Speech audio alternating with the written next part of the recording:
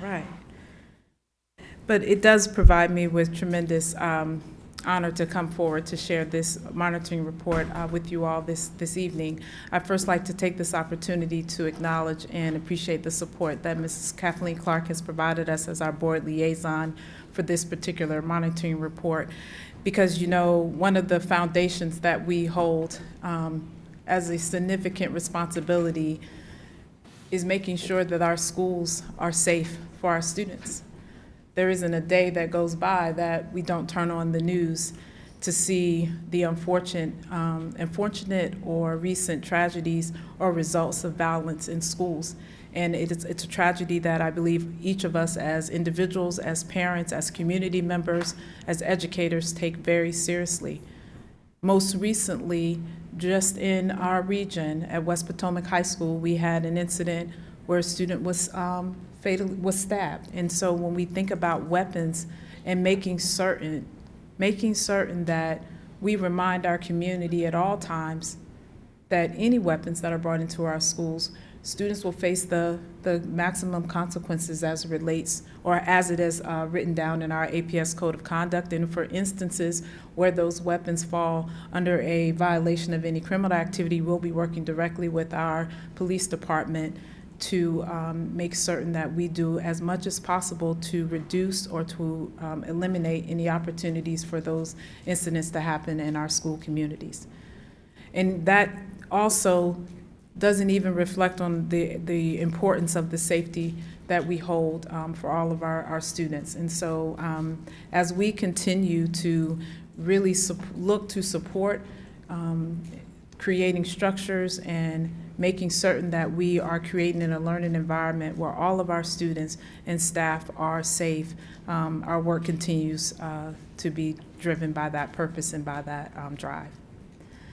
I'd like to welcome up Director Aaron Queen and Assistant Director Jim Miller, who have played an extremely instrumental role in some of the changes that we have seen across making sure that that responsibility and that foundation that we hold dearly in APS is coming to reality and fruition. They are two of some of the most hard-working individuals that I have had the honor and privilege of working with, and they have truly been instrumental in shifting and changing the direction of our community here in APS. They have still quite a bit of work that needs to be done, but they have done a tremendous job in what they have been able to accomplish in this short period of time. I won't even begin to look out and acknowledge the amazing team and staff that they lead. I'm looking right at them because they know that we couldn't do it without them. There isn't a day that we don't hear from our students and our staff about the important role that you all play in making them feel safe. So without further ado, I'd like to welcome up Director Queen and Assistant Director Miller to provide you all with this update around our safety, security, and emergency management in APS. Sorry.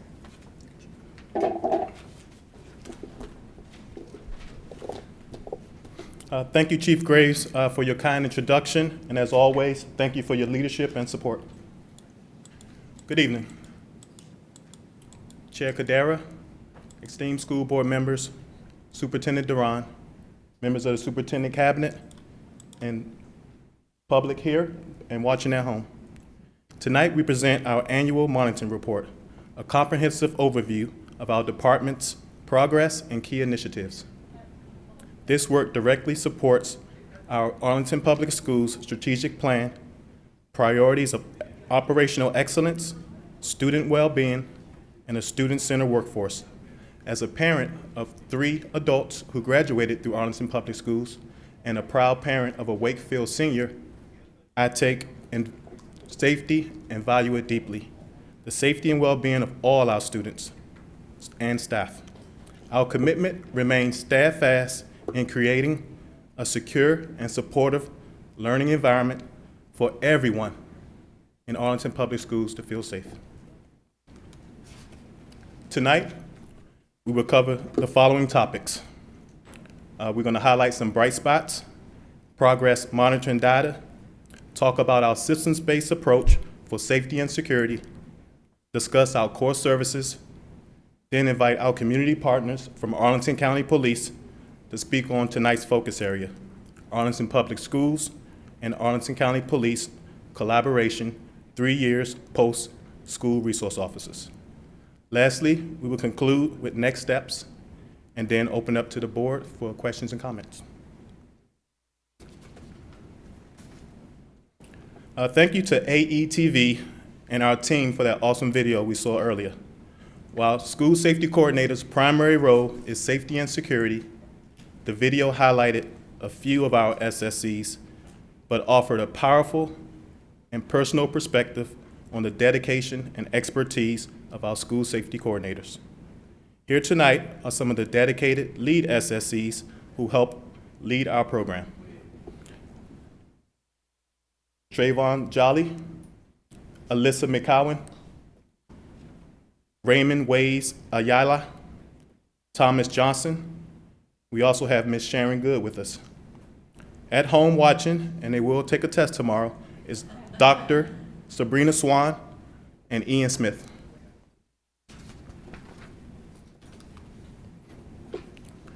This slide represents our progress towards goal number 4 of our strategic plan, focusing on enhancing staff safety.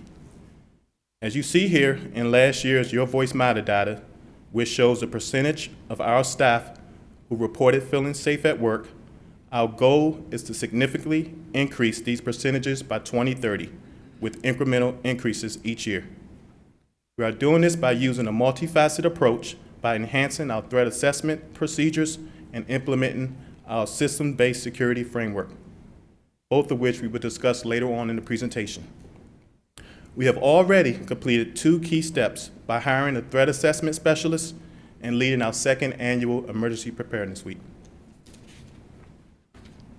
I am thrilled to share with you tonight, according to the 2025 Your Voice Matter data survey, we are proud to see a 91% favorable rate for our school-based staff, 87% for our teachers, and 92% for our central office staff that reported feeling safe and secure in their work environment.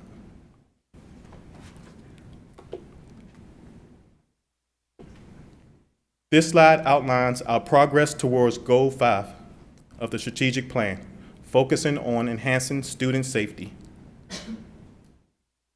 We are dedicated to creating learning environments where all students feel safe. The baseline Your Voice Matter data shows the current percentage of students who feel safe at school. Again, our goal is to significantly increase these percentages by 2030 with incremental increases each year. Our primary strategy is to enhance the threat assessment process and focus on making reporting safer and more accessible to students. Similar to the staff data from Your Voice Matter survey, we are proud to say that 88% and 85% of our students feel safe in schools. The work our office does directly impacts the well-being of our students. System-based approach. The fundamental principle behind our safety and security is this layered approach. Think of it as not just one single barrier, but multiple safeguards working together. This intentional layering is designed to achieve several critical outcomes: effectively manage risk, ensuring our ability to respond swiftly and decisively to any potential threats, proactively deterring incidents from happening in the first place, and lastly, to prevent a single point of failure from our security framework. Ultimately, the integrated and layered system is driven by one overarching goal: to safeguard our most valuable resources, our students, our dedicated staff, and the broader community. Every measure we implement, every procedure and every protocol, every partnership we cultivate is created and maintained to secure supportive learning environments for all our students, staff, and community. This is why we do what we do. Now I would like Assistant Director James Miller to continue with the presentation. Thank you, Director Queen. I have the awesome responsibility of supporting our school system and safeguarding it alongside Director Queen and our amazing security, safety, and emergency management team. And like Director Queen, I am also an APS parent. And the work that we do matters to me personally and professionally. First, I'd like to talk about our physical and technical security portfolio, part of our systems-based approach that Director Queen highlighted just a second ago. Our physical and technical security equipment and technology that is installed across APS helps us create a safe and secure learning environments, ensuring that our schools are equipped with strong range of technologies to keep our schools safe, to respond to incidences, and to support our day-to-day operations. These systems are designed to deter potential incidences and threats to occur, monitor activity in and around our schools, and provide timely alerts when a safety incident may arise. Some of our key components, part of our physical and technical security portfolio, includes our security cameras. We have access control systems, critical notification systems like our public address, which goes far beyond just bells, but also communicating within our schools in case of an emergency, and of course, our radio program. I would like to highlight some of the notable successes we've had in this past year in regards to our physical and technical security portfolio. It really outlines, this slide particularly, outlines our commitment to enhancing physical and technical security through strategic investments in technology and infrastructure. These upgrades directly support strategic plan goals of operational excellence and student well-being. The completion, for example, a few of these notable highlights. Working alongside our facilities and operations team in design and construction, we are proud to say that all of the secure vestibules have been completed across APS, really increasing the safety of our students and our staff and our visitors. Also, I want to highlight notable cost savings that were achieved, which shows our commitment to fiscal responsibility. Dr. Duran highlighted today the incredible work that is occurring at the new Grace Harper Center. Part of our core service is a security basis of design. We are so proud of that work that we did. In fact, the security basis of design was very purposefully put in place to ensure that when new construction happens, like our incredible new Grace Harper Center, that the physical and technical security systems are incorporated during the design phase, saving us on costly upgrades later. I'm quite proud of that work, again, working alongside our design and construction team to make that happen. Next, I'd like to talk about our emergency management portfolio.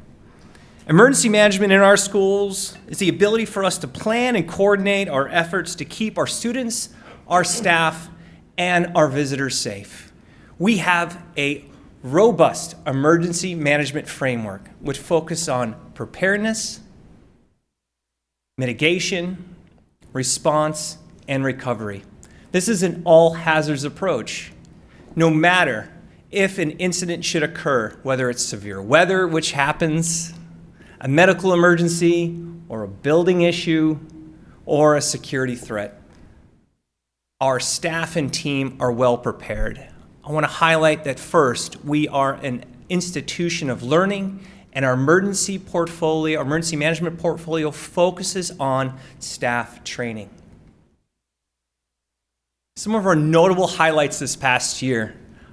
First and foremost, I'd like to talk about some of that training that we delivered. Director Queen and I, alongside our incredible partners from Arlington County Police Department last year, facilitated tabletop exercises and specifically focusing on our standard response protocol that we launched this past year officially.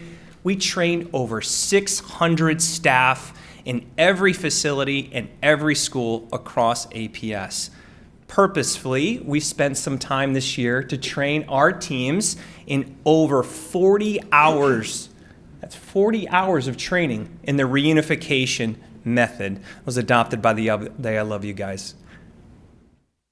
Also, we've worked alongside our partners with Arlington County Emergency Management Team to plan several times a full-scale emergency management exercise, really focusing on reunification to strengthen our ability to respond to an emergency. We look forward to continuing those planning efforts this year, and as we get to focus again on the support we've seen from APS leadership for our annual Emergency Preparedness Week. Now I'd like to talk about our threat assessment portfolio. Our threat assessment portfolio is a proactive process that our schools use to identify, assess, respond to behaviors when someone is at risk of harming themselves or potentially others. The goal within threat assessment is not to punish. It's not a punitive process. Our goal is to identify concerning behavior early so that we as a team can rally together and identify the interventions that are necessary to get them off a pathway of violence. Our school-based threat assessment teams are comprised of administrators, counselors, psychologists, and others, where they manage and deal with those types of situations together. Our threat assessment absolutely supports and promotes a healthy and safe, supportive environment where all students can learn. Some of our notable successes within our threat assessment program, first and foremost, I want to recognize Jared Hagnow, our threat assessment specialist that joined our team this year through, by the way, the support of the Stronger Connections grant. Really proud to have him. Jared, every single day, he works alongside our school-based teams to provide them one-on-one support to manage, assess, and create intervention methods for our students that are at most risk. We are so glad to have his expertise on our team. Our Threat Assessment Oversight Committee that Director Queen leads, alongside our partners within Arlington County Police Department, school support, school psychology, are joined together each week to talk about the most concerning and threatening behavior around our school system. Together, this multidisciplinary team, we create interventions and talk about how can we best help support and understand these students and others that are at risk. On the screen is a notable 34% rise in reported concerns from last year to this year. I want to be really clear. That 34% rise in reported concerns is not an indication of risk. In fact, what it is, it's telling us that our school-based teams and our training efforts are working well. When we are aware of concerning behavior, we're allowed, it gives us the opportunity to identify intervention methods. It lowers our risk, it does not rise it. So that rise in reported concerns means that we've removed some barriers for reporting and others are taking the opportunity to tell us how we can best support. Lastly, this past year, we launched our second annual mid-year threat assessment review.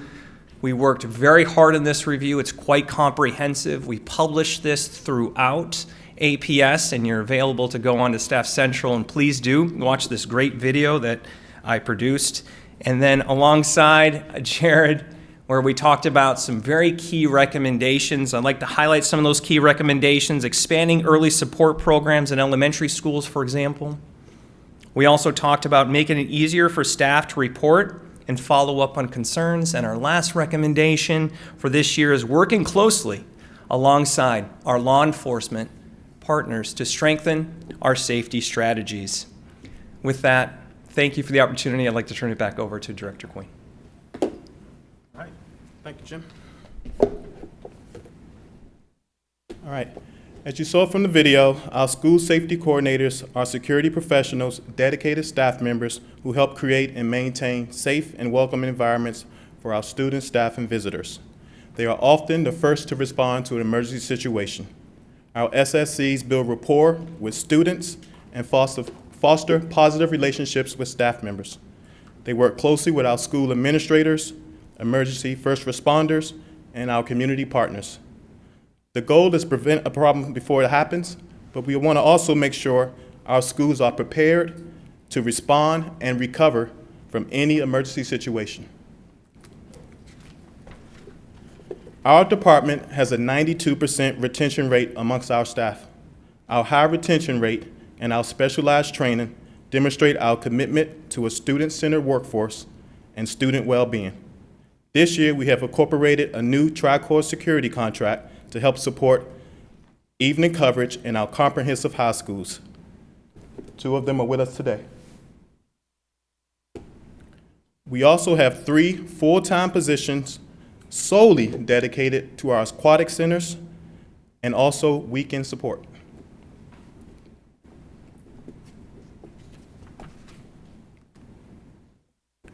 We continue to strengthen and refine our security practices to ensure every student, staff member, and visitor feels safe in our schools and also in our facilities. Schools-based staff receive regular training on security protocols, emergency response training, and preparedness across all campuses. Each year, we conduct a safety audit to understand our current practices and look to identify ways to find opportunities for growth. Our department is committed to the role of clear security procedures and policies. As Dr. Duran has shared through various updates this year, we maintain open dialogue about our security initiatives. This slide highlights some key examples of new procedures that are in place this year. For example, we strengthened and improved our visitor management procedures, specifically at our aquatic centers and comprehensive high schools. These measures underscore our proactive approach to school security and our commitment to keeping everyone safe. Now I would like to introduce Deputy Chief Wayne Vincent and Lieutenant Eliseo Pilco to focus on the collaboration between Arlington Public Schools and Arlington County Police Department 3 years after school resource officers. Thank you, Director Queen. And good evening, everyone. How are you? Hope you're all well. I'd like to begin by thanking Superintendent Duran and Chief Graves for their leadership and continued support of our partnership with APS. Their commitment to student safety and well-being makes our collaboration both meaningful and truly effective. I also want to extend our thanks, appreciation to Director Queen and to his Assistant Director Miller. While they serve APS with dedication and care, they have been trusted and partners and thoughtful partners to ACPD. Their ongoing support and open communication have strengthened our shared efforts to maintain a safe and supportive environment for all students and staff. Lieutenant Pilco and I would like to outline several key initiatives ACPD and APS have implemented to strengthen communication and coordination this past year. I'm going to start with first our MOU. Over the past 4 years, APS and ACPD have worked together to review and strengthen our MOU. This agreement clearly outlines our roles and responsibilities, and annually, every summer, it's reviewed to give us the opportunity to reflect on the past year, but more importantly, to identify ways to continue that improvement in our collaboration. Want to talk about engagement? Yes. So, good evening. I'm Lieutenant Eliseo Pilco. I am the day-to-day liaison with working with this fine crew. So, as far as our engagement is concerned, we have different programs and initiatives. Most of them are collaborations with what's already going on in the schools: substance abuse prevention, violence prevention, safety, like bike rodeos, career fairs, health fairs. And this year we launched a program with Dorothy Ham called Great Choices, working with middle school students. Overall, since the SRO program has ended, we've really worked hard to make ourselves available, not just the community engagement division, but also patrol officers whenever there's an opportunity to work within what's already, which are already good programs and initiatives inside the school system. When it comes to regular joint training sessions, and I think Assistant Director Miller has spoke a little bit about it, but I just want to say too that we were unable to coordinate all county and APS exercise, a major exercise this year. We hope to have done it this past last 6 months, but we hope to have one before the end of this year or early next year. That being said, when this last AVI exercise was canceled, I did come to APS and actually observed, myself and Lieutenant Pilko observed Director Queen and Assistant Director Miller's exercise with their staff. And I want to tell you, I told them then and I'll say it again publicly, truly outstanding job by everyone involved. I have no doubt that APS was prepared for those worst case scenarios, at least from the safety and security. So very nice job on that. Roll call. We have also had the opportunity to have officers briefed in roll call about the standard response protocols and other initiatives in the schools. I think it's a wonderful opportunity to have Assistant Director Miller come in, speak with the officers, answer questions, not just about the standard response protocols, but about how to interact with APS with regards to safety, also requesting videos or any documentation for investigations. They've made it as seamless as possible. There is limited interaction sometimes with police, but the roll calls have been a wonderful opportunity to engage with whatever needs to get out to the officers that's relevant and timely. We've talked already a little bit about, or Director Queen has talked a little bit about the joint threat assessment meetings, but so I'm just going to go down to regular meetings. So I will say this, in addition to the meetings that Lieutenant Pilko meets with your staff, the meeting I also want to mention is at the highest level. So the Chief Penn and myself meet with the superintendent and with Chiefs Graves quarterly. And there's a reason behind that, because we want to ensure that we're all on the same page and collaborating at the highest levels. And so it's from the top all the way down that we'll continue to work together. And those meetings are very meaningful, and we want to actually continue to do that. Next slide. Okay. Okay. So communication and coordination. I'm amazed at how much we are seamlessly working together. The addition of the threat assessment specialist, Jared, has been fantastic. I can tell you that our threat assessment meetings have taken on an expanded dimension. We meet now twice a week. And the reason being is that we really are working hard towards identifying students that really need help as far as their behavior, as far as things that are happening, not just in the schools, but in the community. I think that's one thing that the SSE program has done very well now is really integrate themselves with the kids, the community, work with us. They've been instrumental in helping us with regards to investigations and ensuring that what happens in the schools, in the community, vice versa, it all works towards keeping us safer and getting kids the services, to include some wraparound services when we meet and talk about these kids. But yes, I'm very happy with our improved communications and collaboration. Okay, which one's? So the data-driven strategies.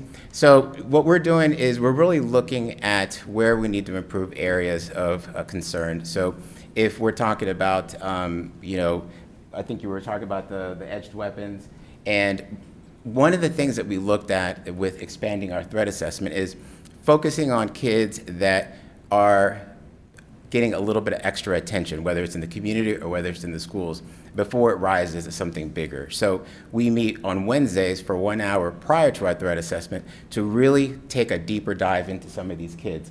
What we find are that a lot of these kids are not misbehaving in a vacuum, meaning that there's something going on in the home, in the community, which when we meet and focus on the reports of concern, focus on the reports that the police are receiving in the community, it really does help us address those issues a lot better. So that's, I think, one of the best ways we're using data. Our priority remains and will continue to be firmly on proactive prevention and intervention efforts. And I can't stress that enough, and we know how important it is on both sides. For us and for you, working together, we aim to address potential issues early on, and I can't emphasize how important that is.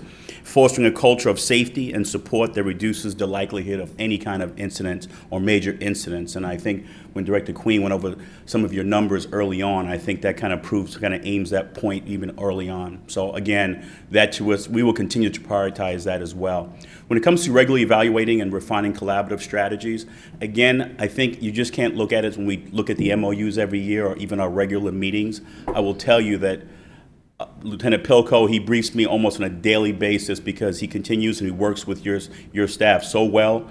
It's almost daily, to be quite honest with you. And I think having that collaboration between APS and ACPD is so key that we know it, and I think our community knows that. I probably attend several, close to over 100 meetings a year in our community, whether it be civic associations or our own initiatives that we do. Even tonight, I will tell you, tonight is graduation for our Community Police Academy. And when I addressed them on day one, several questions were from parents about our collaboration with APS. That's how important it is, not just in this room, but also in our community. Training? Yeah. With regards to training, we every summer provide training. We have detectives that come in. They talk about from special detectives from our Special Victims Unit, trafficking, as far as mandated reporting, different topics, drugs, substance abuse, things to look out for. I think that what we're trying to do this year is take it up a step with the SSEs and provide a little bit more training to them, because that program has really grown. They have showed tremendous amount of just capabilities. So we're really looking forward to continuing with that. As mentioned before, with the tabletops, that's something that also was a unique opportunity. We regularly debrief incidences in the schools where the police respond. That's been a great tool as far as having the administrators and staff sit with police, sit with the folks from the SSEs, the Assistant Director Miller, and Director Queen, to really flesh out what happened, what could work better, the communications, the protocols, and sometimes it gets a little not contentious, but people are asking, why did this happen? Why did that happen? And we're there to answer those questions. And if there have been some instances where we've changed some of our protocols and we've really made recommendations so that we can have a better response and improve the safety and the outcomes. And then finally, I just want to add that, and what Lieutenant Pelko said is correct, that training with your SSCs and your staff is important, but I want to emphasize it's not just a one-way training. It's a two-way learning street. We like to learn, and we are always willing and open to learn from them and your staff as well, because again, it's been almost 4 years now. So again, all the work that's been put into keeping our school community safe, that's a two-way street. It's not just one way. And so that's very important to us, and I look forward to this relationship continue to grow, and I think that's important to all of us involved. So with that, thank you very much, and I'll turn it back over to Director Queen. Thank you, Chief. Thank you, Lieutenant.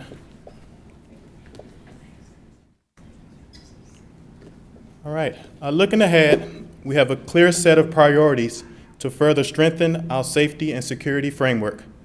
Our next steps for this upcoming school year and beyond include gathering feedback from our staff on our effectiveness of our current security policies and procedures, finalizing and planning a full-scale emergency management exercise with our first responders and the Department of Emergency Management, the development and implementation of the School Safety Audit Committee before the end of this school year, and lastly, planning our third annual Emergency Preparedness Week for fall of 2025.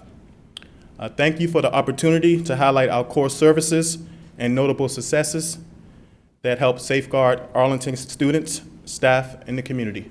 Now I open up to the board for questions and comments.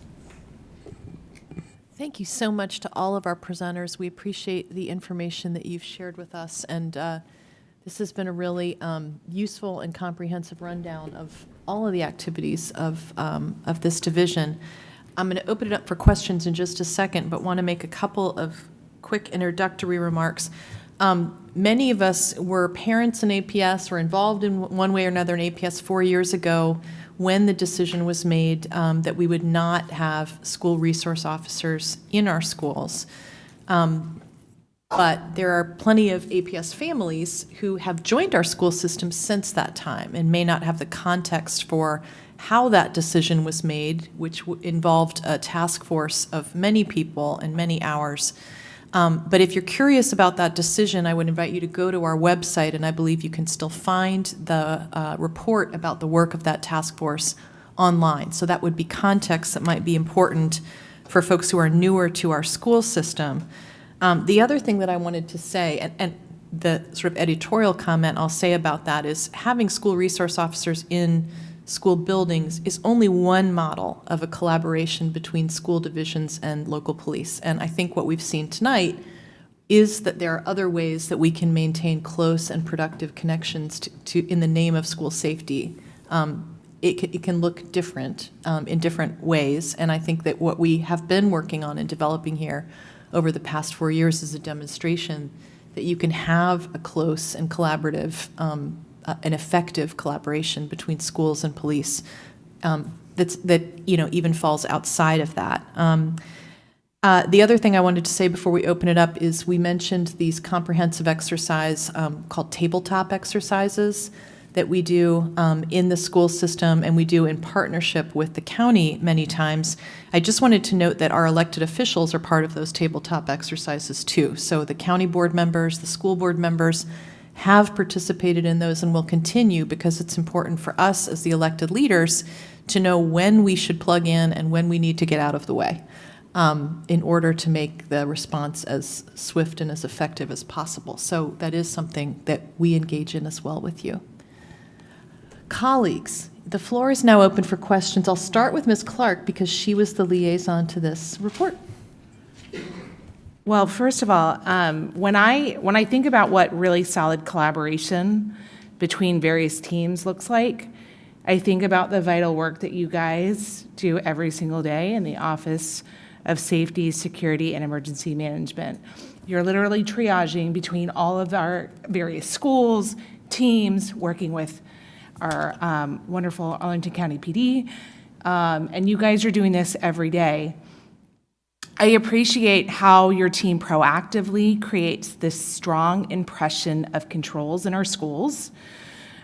You set consistency and safety expectations, and ultimately this creates a safe place for our students to learn and our educators to teach.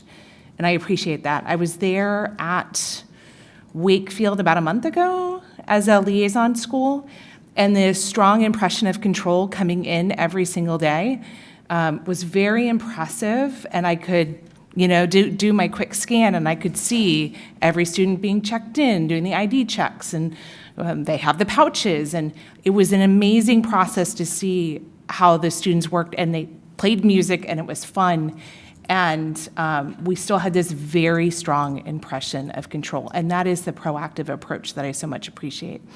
So not so much of a question because I asked lots of questions as we were putting this together, but more gratitude for the work that you guys do every day. Thank you. Colleagues to my right, Ms. Tapia-Hadley. Thank you. I have a pretty straightforward question, especially in our partnership with law enforcement. That's great. I believe you mentioned you have a partnership with Dorothy Ham, or there's some sort of work that's done with Dorothy Ham Middle School. So I was curious if it's just one school, or if we have this opportunity with all the middle schools, or how, I can speak on one program, and Alyssa, if you want to stand up. Alyssa, she works with the Sheriff Department and the Community Engagement Department for Arlington County Police, and together they have a program for self-defense for female students. Me personally, as a director, it was at Washington and Liberty, and then it went to Yorktown. I received several phone calls from parents trying to figure out how can they sign their daughter up for that program. So that's just one example of building empowerment for our youth and teaching them valuable skills. So the great program started from Corporal Ullum. She was interested in creating something from the ground up. So she worked with the athletic activities coordinator from Dorothy Ham and their administration.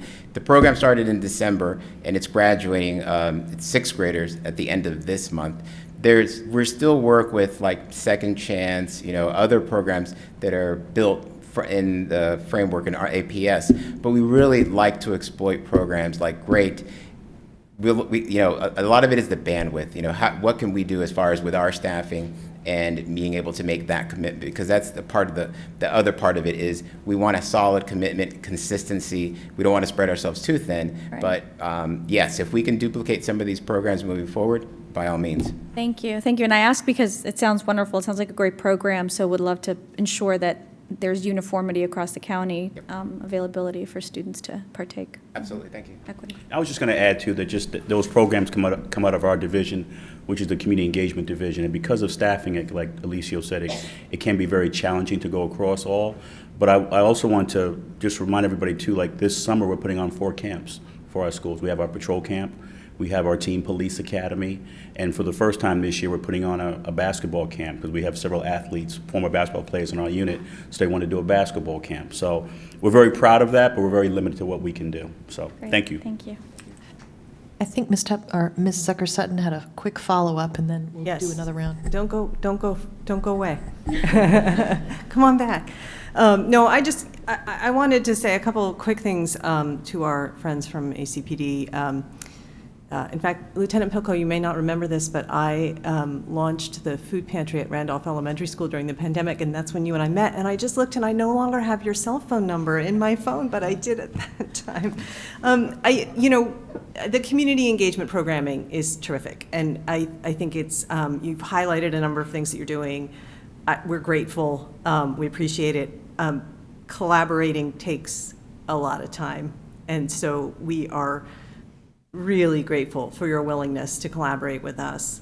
The other thing that I wanted to acknowledge while you're both here is simply that we also are seeing extremely prompt response times from ACPD and your EMS partners when we are having incidents in our schools. And I just wanted to state that for the community and to you directly, because we really do appreciate that expedited response. As soon as there is something at a school, you all are there. And we often get asked about, not having SROs. And what I say is, an SRO, it would take as long for an SRO to get one end of a high school building to the other. The ACPD is there. So we really appreciate that, and I just wanted to acknowledge that.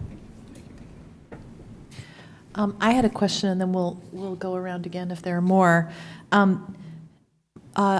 My question is about the numbers that were in the slides, and you mentioned about there's difficulty in assessing from year to year whether our schools are safer and whether students feel safer and staff feel safer.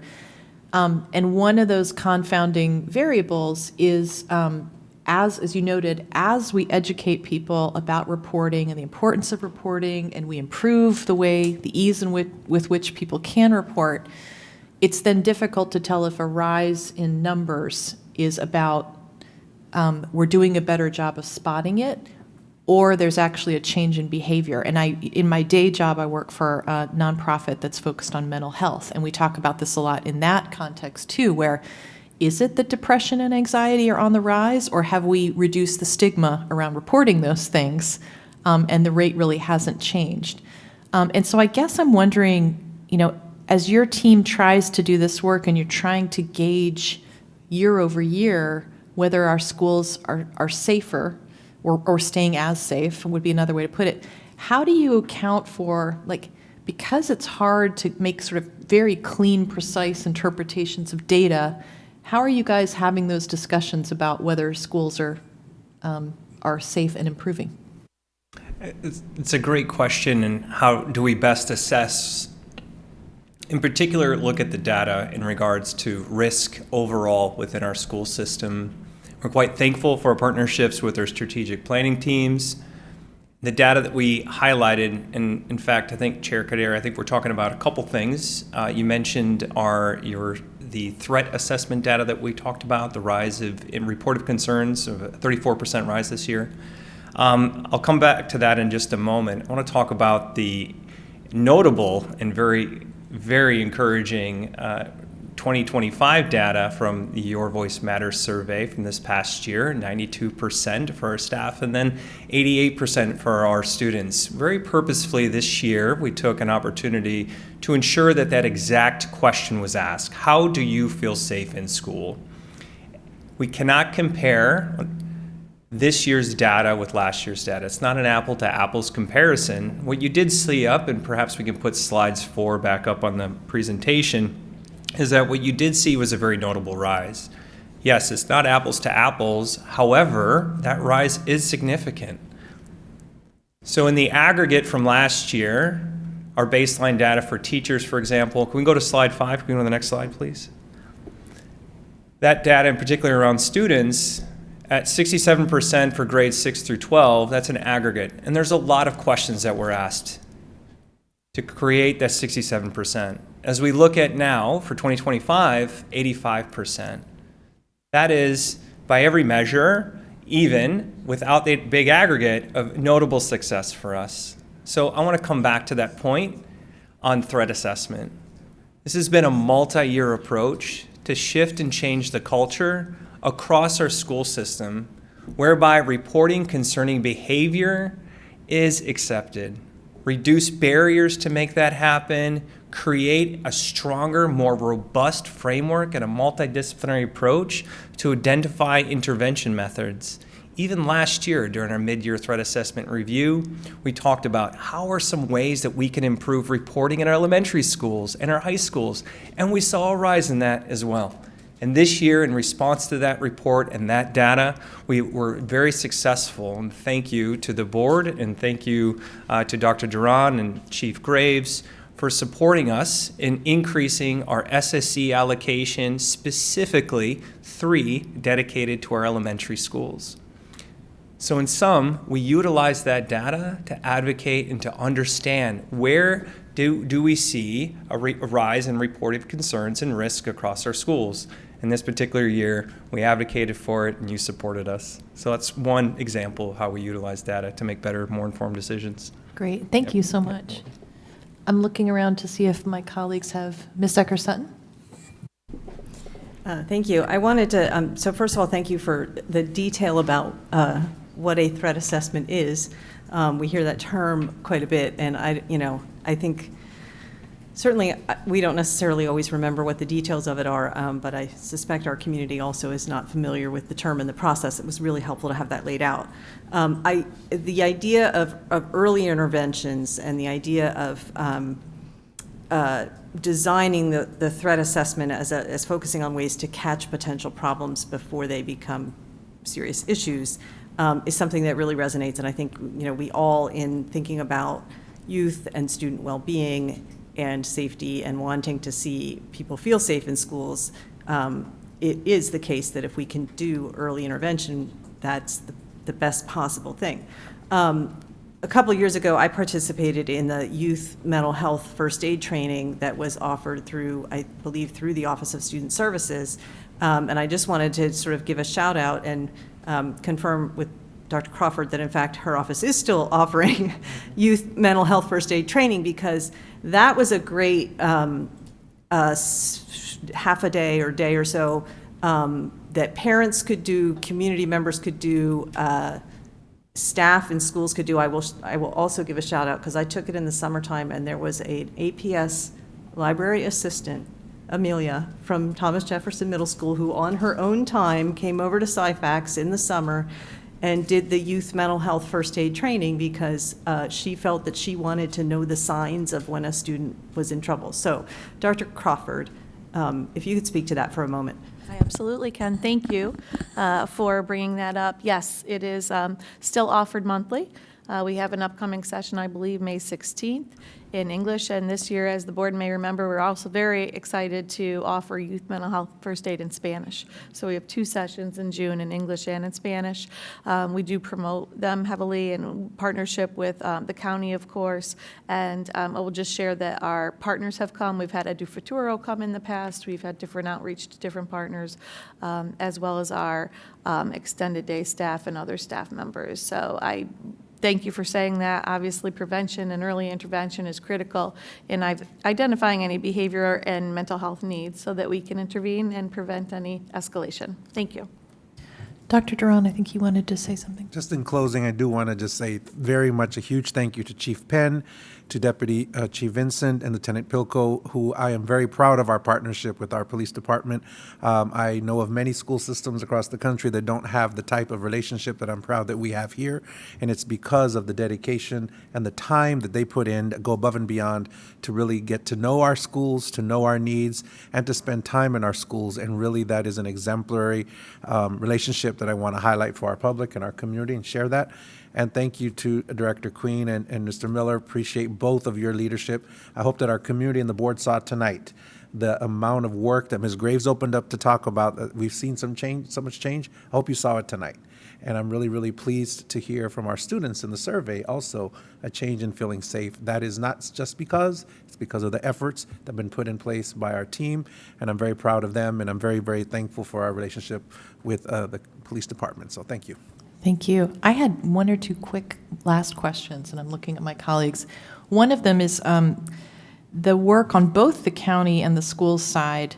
I'm curious the extent to which a lot of the things that the good work that you're talking about, to what extent are we dependent on grants? And as we think about things at the federal level, like, in the county and in the schools both, is there concern or discussion about that as an impact on our ability to do our work?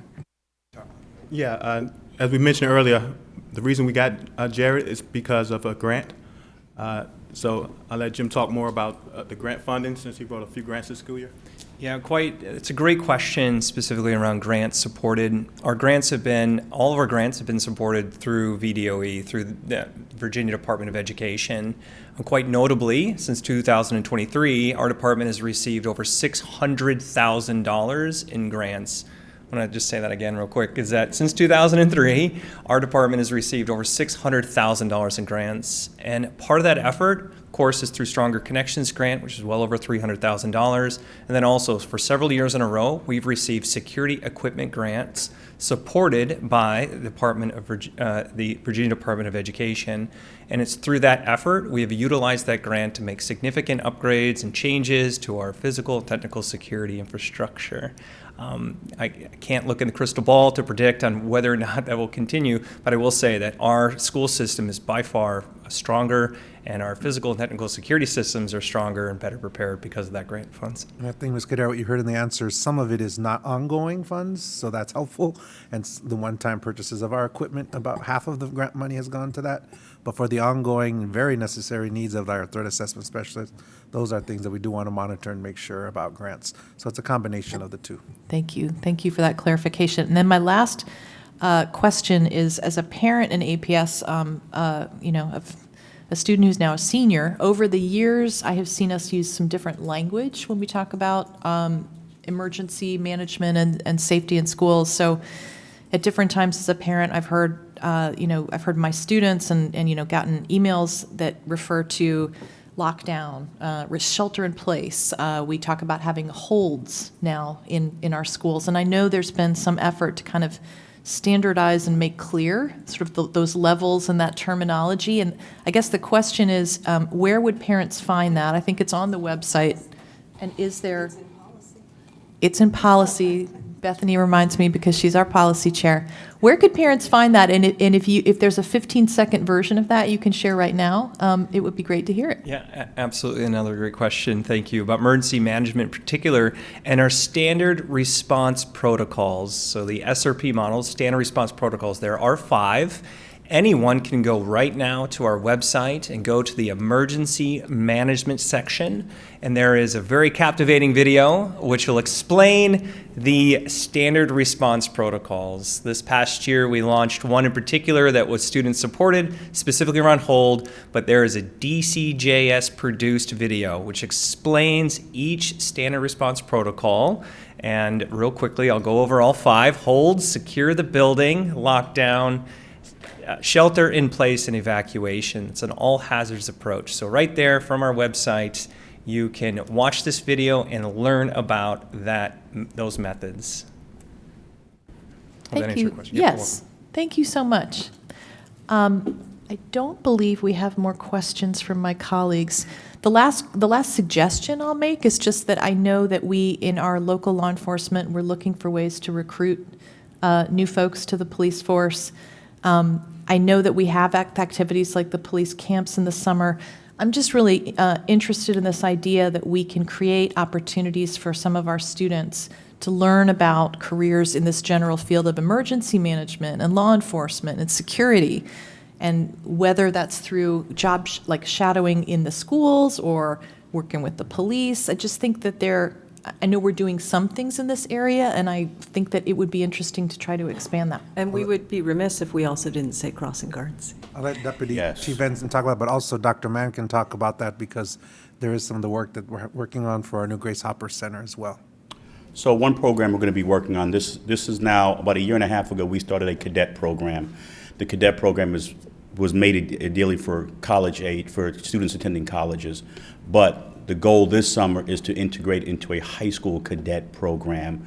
And the idea behind that program is to, again, get with high school seniors, juniors, and seniors, although I have seen it work with freshmen and sophomores, and integrate them into the police department as far as showing them what we do, how we do it, and how the department is so broad. You know, we find that a lot of students these days, they may not want to be a police officer, but they want to come into our profession. And there's certainly, our profession is not just run by officers. So, you know, our professional staff, we could not do our job if not for all of them. So whether it be forensics, or whether it be administration, or whatever, that's the idea of having that cadet program. And I actually got the idea because of Director Queen. In his previous role, he actually had a law enforcement club at Wakefield.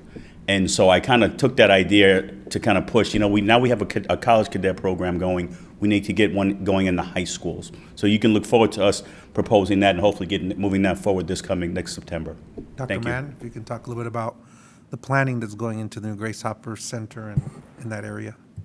Yes, thank you, Dr. Duran. And we are working, the CT department working with our county partners on filling some of the needs like in the call center, also with EMS. And so it's really been eye-opening for our CT staff and really figuring out where we go with some of our career clusters. We have some of the starts, but how do we build it out and then a direct line, as the officers just said, that from a cadet program, but really making sure that we connect them to it so they can see that you don't have to be an officer. There are many other ways. And so also, so we'll have an update for you in our fall work session on this too. That's excellent news. I'm so excited. Thank you for that good news item. And thank you to all of you for being here. Thank you to our school safety coordinators and SSREM staff members who have joined us.